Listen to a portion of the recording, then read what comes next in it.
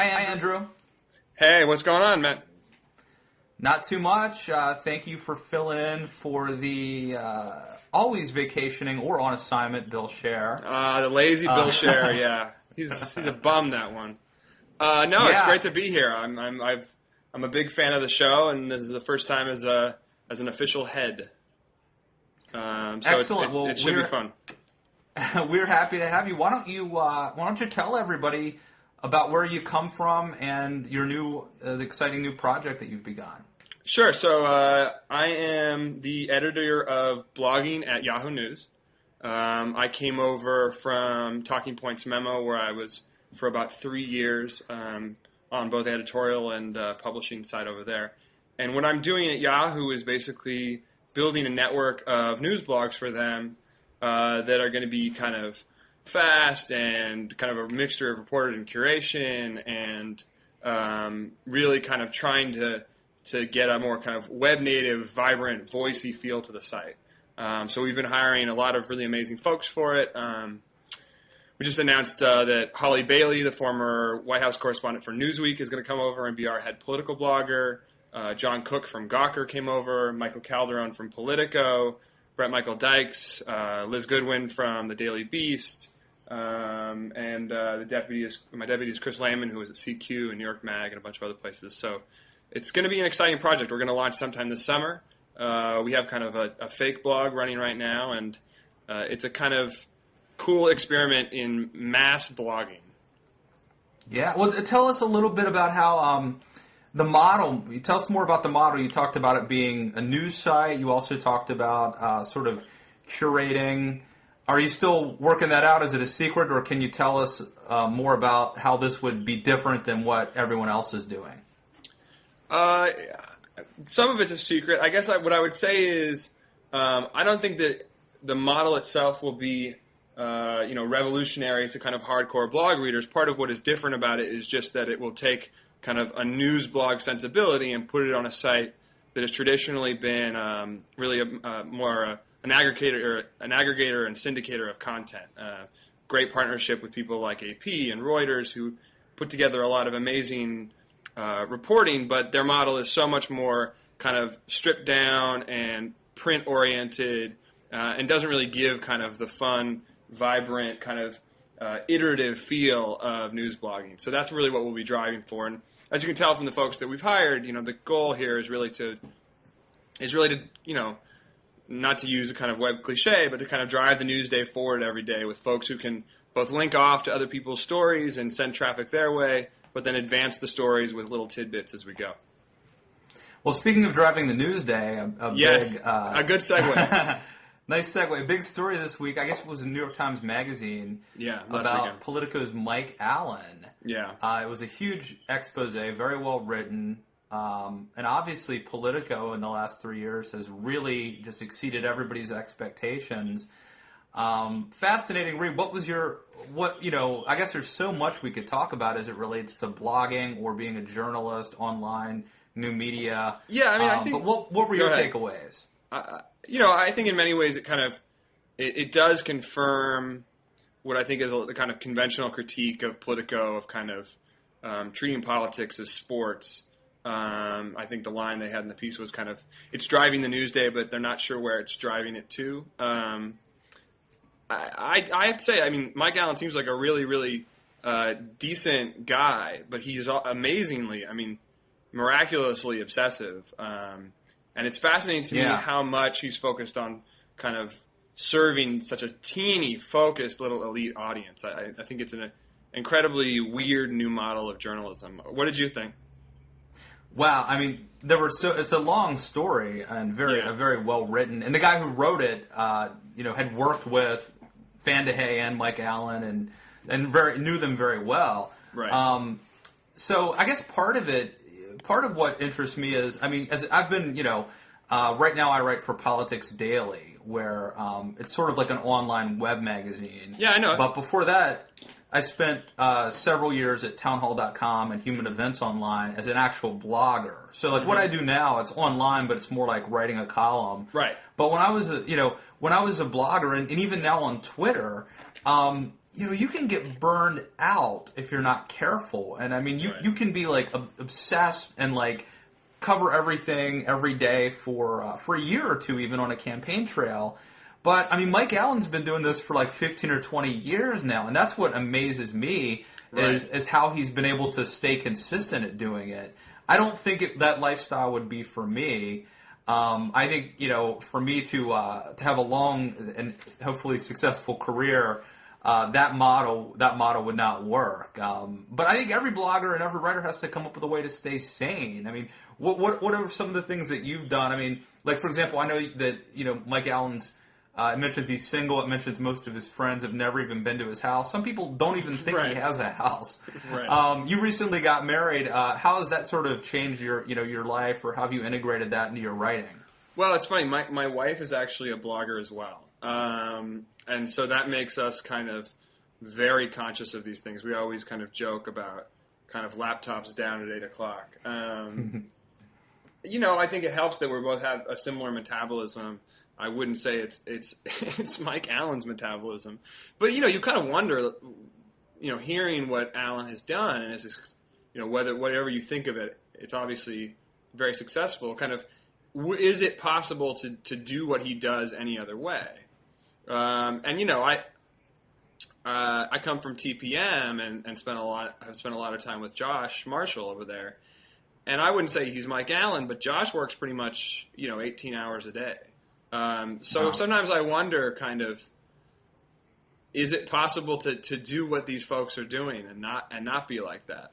It scares me a little bit. Yeah, it's interesting. Although, I mean, keep in mind, obviously Calderon, I don't know if I'm pronouncing that right, is coming to your shop. Yep. There've been a lot of people leaving Politico recently. I know there's some new people. Shira Tuplet's my good friend from Roll Call. Right. I think is going there. So there's a lot of movement lately, and a lot of people. I think people do get burned out at Politico because of It's not just win the morning; it's win the day. It's that whole mentality. They've really become good at it about breaking news. But I mean, I got to tell you, in all honesty, I go through periods where I have some writer's block. I go through ups and downs. Right. You can't just constantly be creative. Yeah, I don't want to overdo it, but there are times where I've got to take a day where I'm not going to go off the grid, but I can't worry about retweeting or closely following the news as much. And it's dangerous though, because for example, it's not like I'm on TV all the time, but I could get called and asked to come on at any moment, and it's almost dangerous to not follow because politics happens so quickly. I don't mean to bitch and complain. It's a pretty good gig we have, but I just wonder about the long-term toll it takes on families and health. Yeah, and like you said, politics moves incredibly quickly and more quickly every day.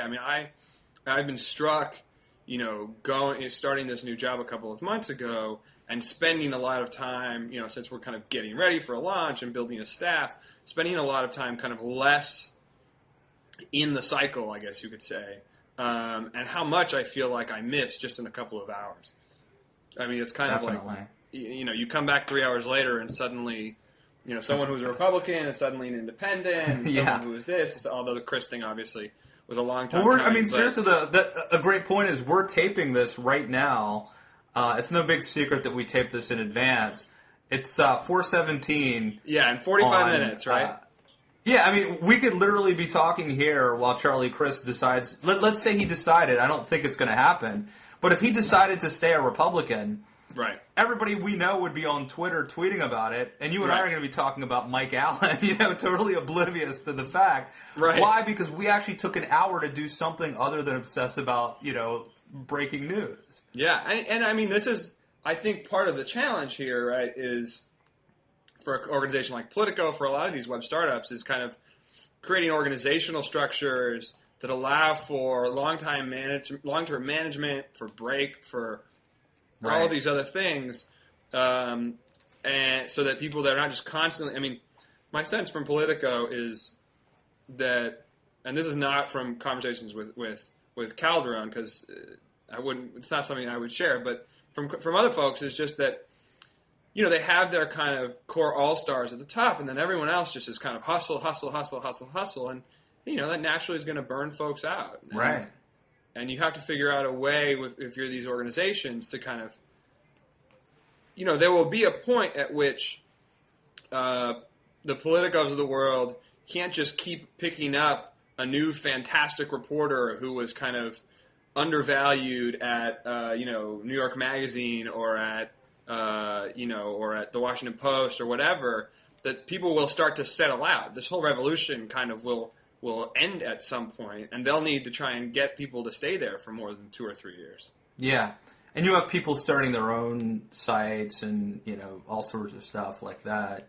But it is interesting. The other thing is, some people in reporting on this story have kind of dubbed him a blogger. At least right. I seem to have heard that. You don't think he's a blogger? And that's another... what was that? You don't think he's a blogger? Well, I don't... I mean, I'm much more cavalier about throwing people off the conservative bus, and saying they're not conservative.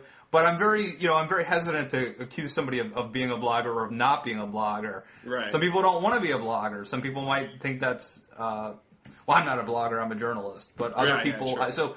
I don't, I hate to label him. I mean, I certainly think there are things that he does that are bloggy and new media-y. It's certainly different from the old media paradigm. But is he a blogger? Like, right now, honestly, what I do at Politics Daily, I'm not even a blogger by that definition. How are you hosting this show? I mean, you're writing columns. You should be out of here. The weekend columns. I do have my own mattlewis.org little blog. Yeah, that's right. That's true. Right. That I write stuff on. So that keeps me in the mix. But, okay. What is a blogger, and what do you think? Is he a blogger? I don't know. I mean, I don't know. I guess probably not if you were to be really serious about it. I mean, if you were to be specific about it. But I think if you were to be specific about it, Arianna Huffington's not a blogger either. She writes a web native column 3 times a week. Right. I'm not sure. Most of the people who call themselves bloggers at the Huffington Post are not bloggers. They're people who are putting up, individual, not even blog posts, just individual kind of articles. I think Ben Smith is a blogger at Politico. Sure, yeah. I think Michael Calderone was definitely a blogger. Yeah. They actually wrote blogs. They were very quickly done. They probably weren't edited, maybe by someone real quickly. They were short. They went, so, I mean, to me, they were actually real blogs. A lot of times people call something a blog, and it's really not a blog. Yeah, I guess I would say, I mean, I don't think it has to be unedited to be, I mean, the blog that we're going to launch is certainly going to be edited. I think it's more that you have to be updating more than once a day. The playbook is a once a day dispatch. It's funny. I actually used to read it on the web, and have now started to read it via email since I read the article. And it's very well, good. Apparently, he used to fax them. Apparently, he used to fax them out. I mean, at one point, according to the New York Times story, which I highly recommend. Well, speaking of editing, I don't spend too much time on this, but there was a Mediaite story. And by the way, Mediaite, I think, we haven't really talked about it on the Weekend Blog much. I think Dan Abrams started it. Yeah. Our good friends, Rachel Sklar, who's a very good blogger, and Tommy Christopher are over there. Mm-hmm. But they had a story about how apparently ABC News sent out a tweet the other morning that said, breaking, President Obama has picked Diane Wood as Supreme Court Justice, reports Jake Tapper. Right. Somebody saw this and retweeted it, and then Jake Tapper, quickly tweeted false, hey, that's not true. I didn't. Right. No, I didn't do that. Well, I mean, as someone like yourself who's getting ready to start this news operation, this has to send chills down your spine that something like this could happen. What's your take? Yeah, I mean, it's definitely when everything is so fast and there are so many fewer filters between kind of you and the audience. There are mistakes. You're going to make mistakes. To some extent, it sends chills down my spine. To some extent, I actually found the whole thing kind of impressive in as much as kind of they that Tapper was there to respond, and they kind of corrected the thing very quickly. I think this happened pretty early in the morning, and Tapper was on Twitter, saw it, and quickly responded. I think he did what he did was very appropriate. Right. The other thing, he asked the person who retweeted it to delete it. Now, this is an interesting point because on one hand, deleting it I think is smart because people, could later go back and see the bogus news and mistakenly spread it on. Right. But other people see deleting things as like covering your tracks or sort of a negative thing. So I thought that could have potentially got them in trouble. But did they end up deleting it? I think I don't know if ABC News deleted it. Jake Tapper asked the civilian who had retweeted it. Right. Jake Tapper asked him to delete it. Right. Which could look like you're trying to hide something, or could be an actual responsible thing to do to prevent others from buying this bogus information. The interesting thing was apparently I read the Mediaite piece because they contacted ABC News for comments, and according to ABC, it was a test. And what happens is when there's breaking news, they actually would announce it over a loudspeaker, but they would say this is a test, and then they said Diane Wood has been named. Somebody didn't hear this as a test, and they tweeted it out. And then the next tweet was like, oh, sorry, that was a mistake. It's just interesting to me that they would have tests like that. Have you heard of anything like this where news operations actually test breaking news? It's interesting to me that they have a loudspeaker like that. I had never really thought of... I mean, I grew up in a newspaper newsroom that was probably, my dad's newspaper business, and I don't think they had a high school style loudspeaker to tell people when recess was starting. I mean, that sounds pretty intense. I mean, I guess it makes sense. I'm sure on a big story like that, you want to be able to mobilize a lot of people really quickly, and it's easier. I mean, I'm picturing sirens going. I'm picturing people sliding down fireman poles. I'm picturing pandemonium at ABC News. Breaking news, breaking news, yeah. So, in any event, I think the interesting thing there is, how one person who didn't hear it's a test can send out. And I mean, I think they're lucky that all they got out of it, as far as I know, was a Mediaite story and one person who retweeted it. Right. Could have been a lot worse, I would think. Maybe that's it could have been a lot worse. I remember during I don't know what it was, maybe a month ago, and I'm going to get some of I forget who was who, but I don't know if you remember there was the whole story about the plane landing in Denver and the idea that this basically what it ended up being was that this diplomat had made a joke about lighting a shoe bomb when he was just caught smoking, right? And I remember being on Twitter for maybe the hour between when it first got picked up by a couple of conservative blogs and then reported by, I think, ABC News. And for about an hour, there was just this intense frenzy on Twitter in which everyone who saw any new nugget of what was going on was, popping it out, myself included. And it was just this hilarious kind of oh my God, there's been this mass, this intense terrorist attack to this whole thing was a massive joke on us. Yeah. And if we'd have just taken a deep breath for half an hour, we would have found out. It was a pretty. Well, I mean, I remember when there was the Fort Hood shooting. The same thing happened, except people were getting a lot of stuff wrong, and I'm talking about respected news outlets and respected bloggers and tweeters who were reporting and misreporting and retweeting bogus information. Right. That there were 5 people, or whatever it was. There were many errors that were disseminated very quickly via Twitter. Yeah. So I guess it's the good and bad of the medium. The good is that news and information travels quickly, and the bad is that innuendos and rumors travel quickly as well. Yeah. I think it's on everyone to make clear where their information is coming from and make clear what they do and don't know. I mean, I think in the case of the Denver thing, none of it would have really happened if it weren't for the initial incorrect ABC report. That was what really got people moving. And if the ABC report had said, we do not know if this is true, but we are hearing rumors, or there has been a question or a report that. But what the ABC News report said was, attempted terrorist attack on plane, and that's, I think, where you get into a problem. I think that it's such a respected job to kind of be a part of the process of gathering the information and transparent about that. But the transparency of what you don't know is key. The other thing, the James O'Keefe story about the break-in down in Mary Landrieu's district office in New Orleans, same thing.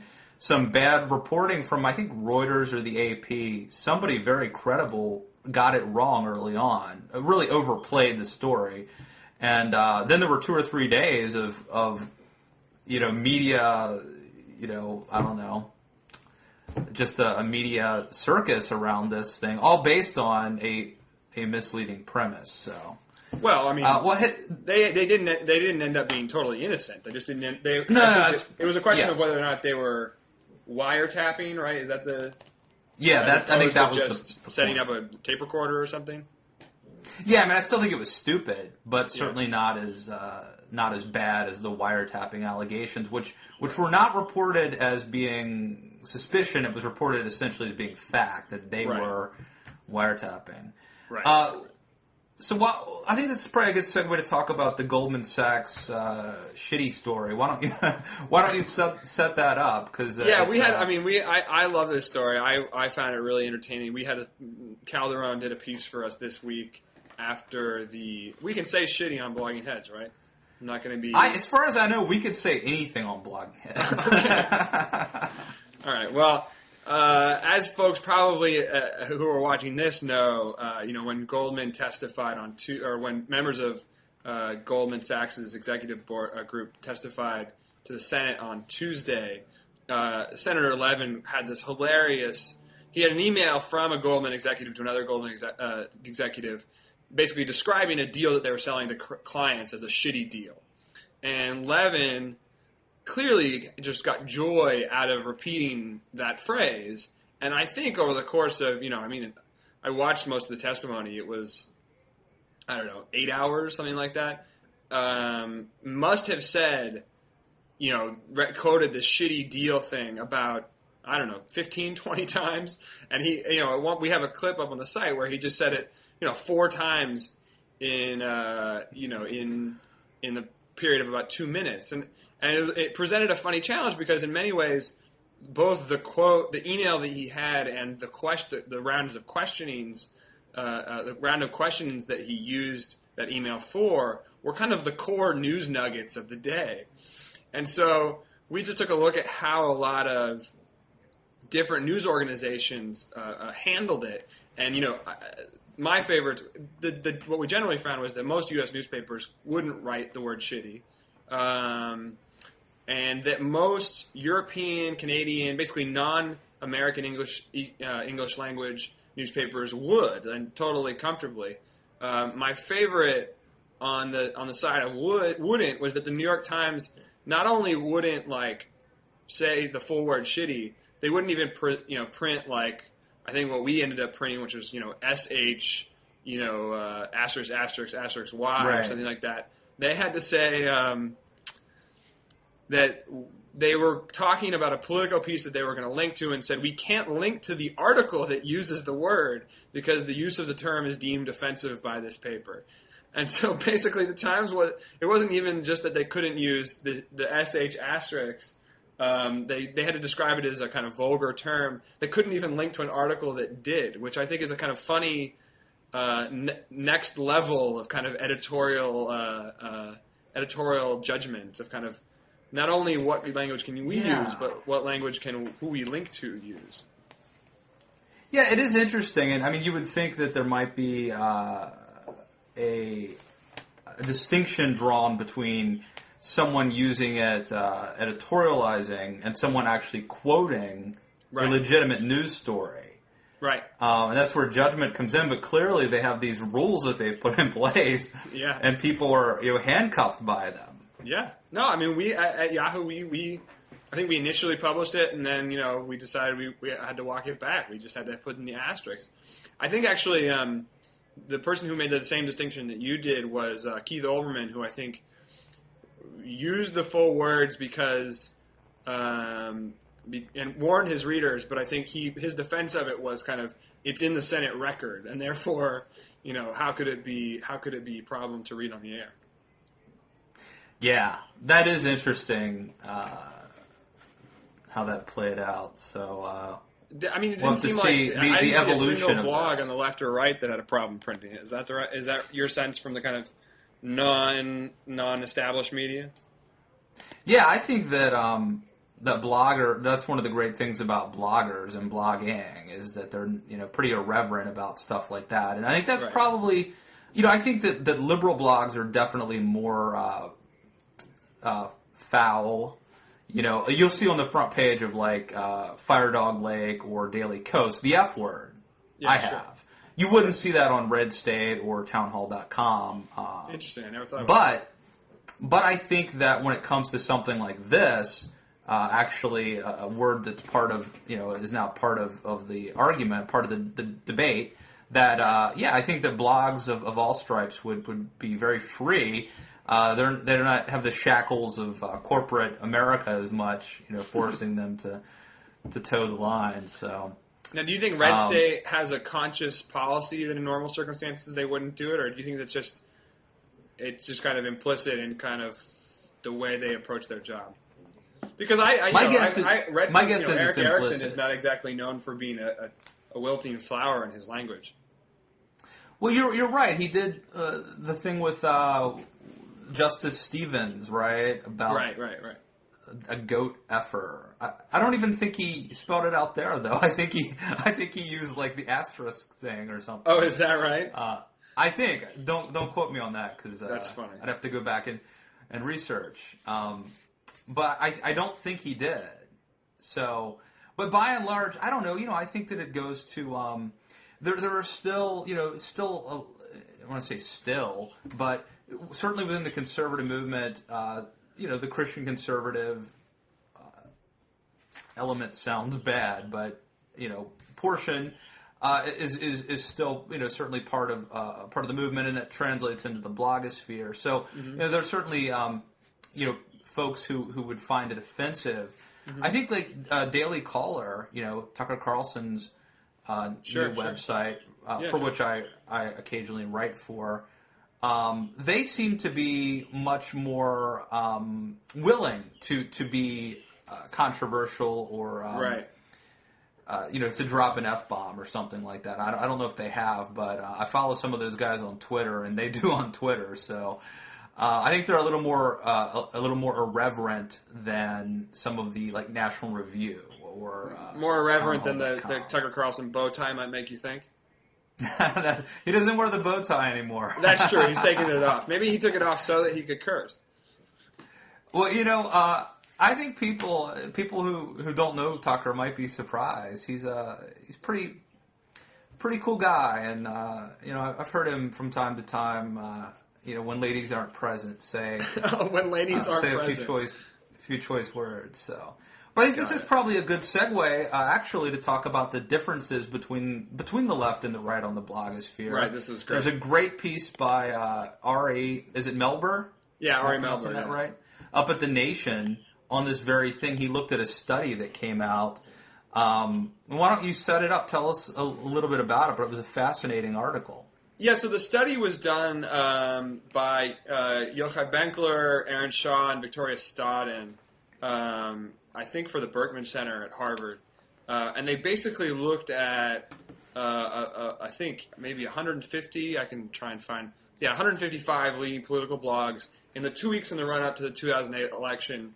And they studied the kind of structure of what they were doing to try and do a kind of sociological profile of the differences between the right and the left. And, the main finding was basically that, and we can go into the reasons why this may or may not be. I'm really curious to hear your take on that. But the main finding of the study was that liberal blogs were much more oriented towards participatory publishing models with reader blogging and kind of promoting user comments more and creating kind of a more kind of social network feel, much more oriented towards kind of calls to action and fundraisers, in many ways a kind of more organizing model. more organizing and participatory media model, whereas conservative blogs were much more tended to be kind of single-person blogs, much more traditional blogging in the sense of, a post and a comment clearly delineating kind of who is the real blogger and who's everyone else. Much more likely to just be one person blogging as opposed to group blogs. Mm-hmm. Much less likely to do calls to action. It was a pretty fascinating study. I mean, it's been a year and a half since it came out, and one of the things I'd be curious to hear your take on is how much you think it's changed since then. But it was very striking. I mean, it was not a small difference on any of these questions. Absolutely. Well, first of all, I thought it was a very well-written article about the study. Yeah, Ari's piece is great. I tend to think it was true. Like, there was nothing about it that I didn't feel that it was, like, biased or wrong or anything like that. I thought that it was very well done, and I think it's probably true. I think what I might be able to do is provide theories, which only maybe a conservative blogger would come up with as to why it is the case, because I think it is true. Okay. So I think one of them would be you talked about the calls to action. Yeah. This would be where a blogger says, give us money, or give money to this, send money to Marco Rubio, or we're going to march here. And part of me, I think that part of the problem is that if you're a liberal, then you can there are more opportunities historically, at least. It's probably changing, but historically there were more opportunities to become a real journalist, to get a job at a mainstream outlet. And so if you wanted to be a sort of journalist, you would go work for the New York Times or the local newspaper or whatever, any mainstream outlet. But if you were a conservative who wanted to be sort of a journalist, you didn't have that really wasn't as much of an option. And so I think that, and I have sort of 3 points, my theories anyway. One theory is that people who are liberals who are bloggers decided to be bloggers, and when they decided to be bloggers, to them that meant being activist bloggers, as I would say. On the right, I think that there are some people are activist bloggers and some people are sort of journalist bloggers. Like, I recently had Philip Klein from the American Spectator on my podcast, and we talked about it, and he told me that he never says vote for this person or donate to this person. He would find it unethical, actually, for him. Right. And he views himself as a legitimate reporter who happens to have a blog, and he's certainly conservative. It's not like he's pretending that he's down the middle. Right. So I think that for whatever reason, if in a different world, maybe he would be working for the New York Times. But if you're a conservative blogger who wants to sort of be thought of as a journalist more than an activist, you happen to be on blogs, and that would skew the numbers. But I mean, before I move on, you want to? What? Sorry, go ahead. You want to respond? But before I move on to my other 2 points, let me hear what you think of that, though. Well, I mean, I actually don't. I don't find that convincing, mainly because that it seems to me there are actually many fewer conservative online journalists than there are liberal ones. It seems, that was at least the implicit point, speaking of Tucker Carlson, that Tucker, that he always made. I remember he was booed at a CPAC conference for making this point. Right. And that that is kind of underpinning the idea of the Daily Caller, which is that the right needs to do a better job of producing actual new information and not just opinion content. And it seems to me that that's true also if you look at kind of the major conservative bloggers, whether it's Glenn Reynolds or Michelle Malkin. They seem much more in a kind of style of a traditional pundit than in the style of either a journalist in the sense of doing reporting or an activist in the sense of doing mobilizing. They seem to me kind of, and I guess this is somewhat similar to kind of what you do, folks who, do analysis and opinion content and go on TV and talk about it, I don't know. It just doesn't seem like there's that much of that. I mean, I wish there were more conservative reporting. I was really actually excited about Tucker's site, and it somewhat seems to be kind of filling that mandate. Well, it's interesting you say that. A couple of thoughts come to mind. First, I've made this point before. For the conservative movement to be effective, I've always argued that we need activists like, and I'm going to do an analogy to, say, the 70s. You need activists like Phyllis Schlafly and Paul Weyrich. You need intellectuals like, say, William F. Buckley. Sure. You need actual leaders and politicians like Ronald Reagan. But the last ingredient is you actually need reporters, and I would say Bob Novak would be a classic example of that. Sure, totally. And but if you look at the conservative movement right now, obviously there's a missing leader. But I would also say the reporter thing is an area that is not, since Bob Novak passed away, what a year ago or two, I guess a year ago, that's a niche that has not really been filled. But I think the problem, I don't want you to get caught up on when I use the word journalist. Okay.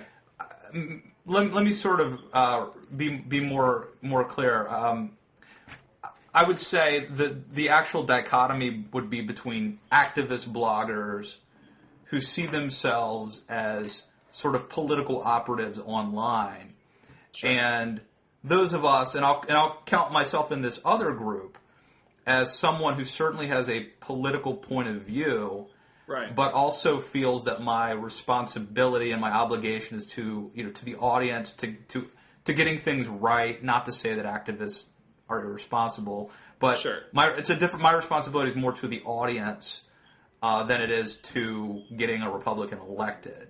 Sure. So in any event, so you would write if so you're saying basically the point is not that you're out there doing reporting. The point is that if a conservative does something dishonest, you're going to say you're a jerk. Why did you do that dishonest thing? Not do what you might consider an activist for either side or any side would do of kind of how do we kind of solve this problem? Right. And the reason you're exactly right. And ultimately, I think that's doing conservatives a favor anyway, because sure, sweeping problems under the rug doesn't really do anybody a favor. But the point is, I was at townhall.com and Human Events, and so I would have skewed. If someone were doing a study, they could have looked at Matt Lewis at townhall.com and said, he doesn't link to, say, give money to Marco Rubio. And look, I might have done that at some point, once or twice, but generally I've never done anything like that. I mean, well, right, we'll go back and look at the records 5 years ago. Maybe I said give money to who knows. But we're by and do an large, investigation of you, Matt. Yeah. Well, I say that because OpenSecrets.com. Here I go. I say that because these commenters will search it out. They hate me. They hate me, I tell you, and I'm not paranoid. The commenters never go after Bill. It's like it's always Matt Lewis. But by and large, that's never been my style. It's never been my style to say vote for this person or anything like that, or right, give money here. But if I were a liberal, I may not have been at Human Events or Town Hall, or I might have been at the Frederick News Post or something. If that makes sense. I mean, that's just one of my three arguments, but I throw that out there as a possible. What are your other two? Okay. My second argument would be, and I talked to someone, I'm not going to name them just because I didn't ask him if I could, but I talked to someone who had helped start a prominent conservative blog and had run a prominent conservative blog for a couple of years. And I asked him about this question. And he basically made the argument that there's a double standard, and that if conservatives empowered their audience the way that liberals do, and their audience says something crazy, which audiences always do, sure, that's philosophically neutral, that conservatives would be held to a double standard, will be attacked more viciously in the mainstream media.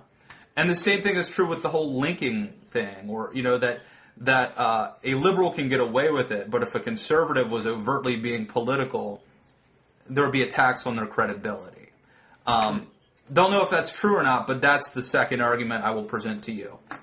Well, I mean, that just reminds me that, I remember maybe 2-3 years ago when Bill O'Reilly went through a phase of kind of calling Marcos Melitzas a Nazi 3 or 4 times a week because of the fact of things that were said in his comment section or by reader bloggers. And right. so obviously, and while O'Reilly is certainly not of the mainstream media, and so it doesn't necessarily mean that the point isn't correct. But that certainly is not something that hasn't also happened to liberals in general. I mean, that's certainly been a tactic used against a lot of the liberal community blogs. I wonder how much it's just a matter of, they just take that abuse. And there's also, I mean, on one hand, I actually do believe that in some cases there's a double standard. But on the other hand, I think that conservatives sometimes are paranoid about the media bias. So it's hard to say. But what? So how much is it perception versus reality? Probably exactly. Yeah. But what do you think? I mean, what should responsibility be for things that your community or commenters say? I mean, should you be held responsible? I'm not talking legally, but should you be held responsible for something?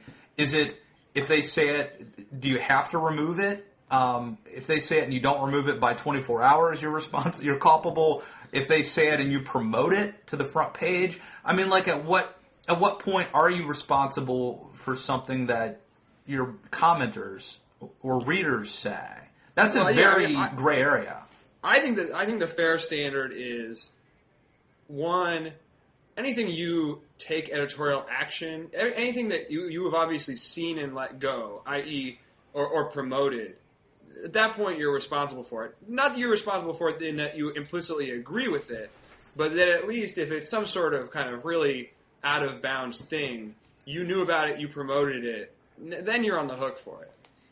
Similarly, I think at the point at which something is brought to your attention, even if you didn't go and promote it yourself, at the point at which you get a bunch of emails about something, if it's truly over the line, as opposed to just something you disagree with, and that's a tough line to draw too. But then I think you are responsible for deleting it. But I think that these communities should be, by and large, open. Yeah. And that I don't think that a right-wing blog should have to delete every time a commenter of theirs says something controversial, short of things that are truly offensive, and a left-wing blog shouldn't either. And I think people should grow up about it and understand that, like, these are big open communities, and the only way that a lot of them are successful is if a lot of the people who run them are doing it because they love what they're doing, not because they make a lot of money or have like a huge staff to police everything. And that's a great point there. Open. That's a great point you just make. It's almost like being in business and regulations, you make it profitable. Yeah. I mean, it's literally, I can tell you from my days at Town Hall, it is literally a full-time job to police a community. Yeah, sure. To respond to requests and editing comments and right. It's like the mail, it never stops. It is a constant battle against the idiots who write, dirty things or, whatever. Racist, hateful, you name it. Things and on that's websites. Comments on every news site. I mean, that's not just an issue of right or left wing blogs or any other kind of ideological political blogs. I mean, every newspaper website I've ever seen that opens up comments, there's just always kind of crazy shit. I mean, the incentives are such for commenting that the craziest people will often get in there. It's like, in fact, the majority of the comments oftentimes are sometimes. Yeah. I mean, but I wonder how much of it is like speaking as someone who's kind of spent time trying to figure out how to fix this. I mean, how much of it is also a technology solution? I mean, I think if you see a site like Gawker, which certainly doesn't lack for kind of edgy tone that would encourage commenters to be, a little nutty, they've done an amazing job of actually creating kind of different layers of commenting where you only get privileges if you kind of earn them to be on the front page of comments. And through that technical solution and through creating kind of actual incentives that all of their commenters know exist to be good, they actually have more comments and better comments. I mean, I think Hot Air, the conservative website Hot Air, is similar. They only open up, it's very difficult to become a commenter there. Right. But for whatever reason, they have tons of comments. So right. I guess it's an elite thing. Well, right, and once you're in there, you know that the other people who are in there are actually not idiots, and so it's probably a more worthwhile endeavor. Indeed. But let me ask you about how you think this is. I mean, one of the things that I was struck by reading this report and thinking about kind of, is this still true, right, is that, to some extent, this report came at the tail end of kind of maybe 4 years of online organizing by the left during the Bush years, the explosion of the netroots, all of these tools of activism that flowed out of the Dean campaign. And so it kind of made sense to me that at that point, and also, by the way, a candidate that was more, I think, and, correct me if you think I'm wrong about this, but was much more able to inspire the kinds of people who would be online than the right had. I mean, I think Obama was much more in tune with an online audience, both in terms of in creating an enthusiastic left wing and in terms of having a kind of message and a culture of his campaign that worked with the online world, whereas McCain, it seems to me, didn't necessarily have that kind of resonance with the right wing or a campaign operation that did it. McCain was very good at blogger. McCain was very good at blogger outreach. Sure. But in terms of, I've always argued that being good online for candidates has less to do with any technological sophistication and more to do with them just being an exciting candidate. And Obama was certainly more exciting than McCain. Right. The other thing is, I mean, when you have the guy, like one of the guys who started Facebook working for you, Chris. It's hard to beat. It's kind of hard to beat that. So, but generally speaking, I think you're right. And I think the piece made a very good point, or the column, the Nation column, which I completely agree with, which is that fundamentally the problem the right has always had online is that when the blogosphere exploded, Republicans were in power. And they were fat and lazy, and they weren't looking for new solutions, and they weren't looking to new people to provide them. The left, conversely, was sort of at their wits' end, having lost election after election, even losing a midterm election, which is almost never done. And so they were, I think, more open to new ideas. And I think fundamentally, I still believe that is what is caused all this. So it's innovation born of necessity and desperation. I think so. Well, then what? And lack of do you think innovation that this is true due to now? apathy. I mean, sorry, go ahead. And lack of innovation due to apathy. Right. I mean, but do you think that this if this study were done today, I mean, do you think it would be as stark? I mean, the conservative energy right now, I know, is extremely web enabled. I mean, the Tea Party kind of organizing that goes on online is kind of huge, and really, it seems to me, is fueling them in a similar way to the way in which it fueled the netroots.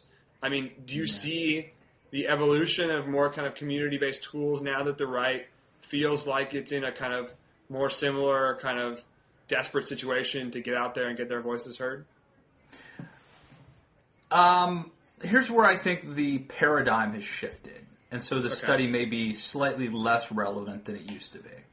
So one of the things about blogging is that it is, how do I put this? So unlike Twitter, which is 140 characters, blogging allows you to expound on ideas. And so I think that we were lamenting how conservatives tend to be more the opinion sites. Well, it could be that that's actually the natural home for blogging, that where you need to expound on things. And, Margaret Thatcher said, first you win the argument, then you win the vote. It could be that the blogosphere will become a place where elites or opinion leaders live, and that Twitter is the place where people, not or comment Facebook. Sections, Facebook too. But my point would be, I think that what happened is, I think the right skipped over blogging in terms of activism. Okay? Right. And so I think that this study is still probably accurate, but I think that really what happened is that if you look at the Tea Party protesters out there, the folks, the conservative activists who are being effective, most of them don't have a blog, or if they do, they never use it. They're actually doing it on Twitter. So the study may not be any different, but the problem is they're not studying the right thing, which is now, I think, Twitter. So I what think used that's to where the happen action in the is. Coast comment section now happens on Twitter because the Coast, Coast it was kind of an early social network, basically. Yeah, I mean that's the argument anyway. I think the verdict is out. That makes a lot of sense to me. Yeah, I think that's the case. And look, I mean, it's also technology has gotten to the point where you don't have to be terribly sophisticated. I mean, the old days to set up a blog, you had to know HTML or something. Nowadays, pretty much anybody can be on Twitter. It doesn't cost anything, and so anybody can be on it. The barrier of entry is very low. And so I think that's where it's at. Let me quickly, though, just to tie up the loose ends, I said there were 3 points, and I only got to 2. The last point... Okay, hit the third. Oh, that's okay. The last... No. I mean, I actually think that the Twitter thing is really more interesting. But the last point I was going to make just about why conservatives weren't as good online is that I think that and it goes back to the blogosphere developing when Republicans were in power and were fat and happy, but there are very few conservative bloggers who are paid full-time to do it. And I think the left has been much smarter, liberal donors who have started foundations, and they basically, what happened is the left went out and they actually hired people who knew how to research and people who were policy experts and people like Bill Scher who are paid. Part of their job is to be bloggers and to be agitators. I'm just picking on Bill, but you get my point. But on the right, it's more organic, like, hey, I'd like to be George Will. I think I might start a blog. No one's going to pay me to do it. And so I think that for whatever reason, that's part of the reason why we are where we are. Do you think, is the right going to go through a phase? I mean, I've seen some of this, and it's a friend of mine does kind of web stuff in Republican politics, and says that she says that a lot of people are kind of desperate to figure this out, and I wonder how much the right is going to go through a phase similar to what the left went through, where kind of, in the same way that the left said, God, we really wish that we had a heritage foundation and built CAP. Right. Are these cycles of innovation and kind of political organizing speeding up? And now it's, instead of being every 30 years, you have kind of a new system built by each side. It's going to be every 4 years or something like that. I think that's probably going to happen. There have been some attempts. There's a group called the Sam Adams Alliance, which does sort of campaign and grassroots and activist training. They actually have started setting up and funding some bloggers around the country, at least partially. That's a very good development for conservatives. There's a big donor named Foster Fries who actually gave, I think, $3 million to Tucker Carlson's cause to start the Daily Caller. But at the end of the day, I actually think that it's almost like fighting the last war again. I mean, it's great, and I think that it can be very effective, especially the activist stuff. Do you think they're just playing catch-up too much?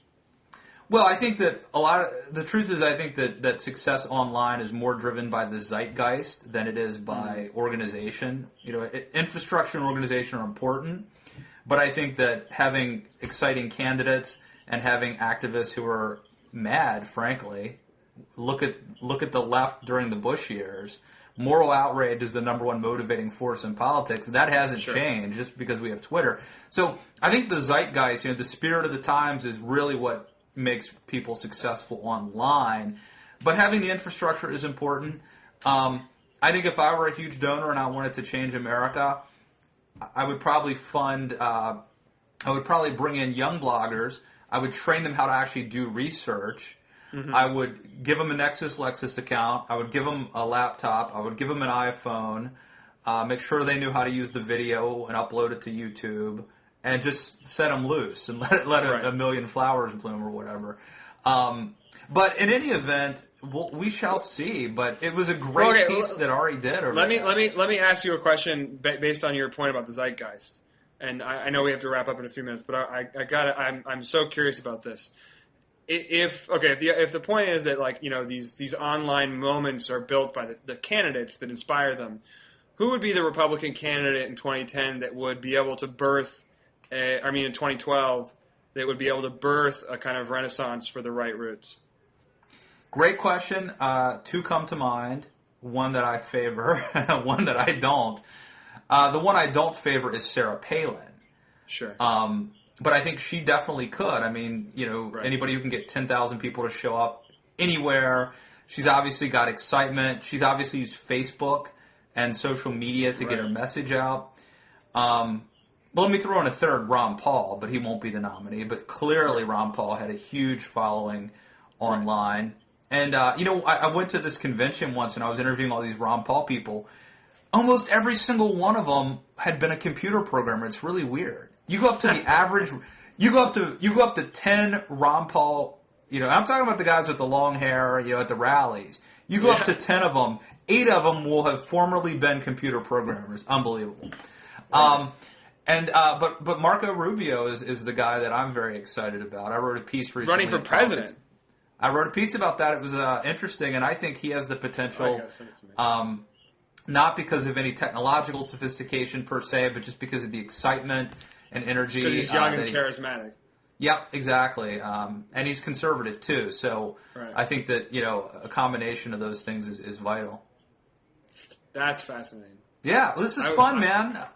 Yeah, I had a great time. Thanks for having me on. Absolutely. Well, we hope you'll keep in touch. Why don't you go ahead and give us a plug again about your project and how can people find you on Twitter and online? Yeah, sure. Twitter is Golis, Golis. We have a fake blog up right now that's news.yahoo.com/blog, and we will have a real blog launching with a kind of beautiful index page and the rest sometime later this summer. We're not announcing the launch date yet, but if you follow me on Twitter, I promise I'll tell you when we launch. Excellent. Andrew, thank you so much for filling in for the slacker Bill today. the lazy Bill. All right, man. Catch you soon. Take care.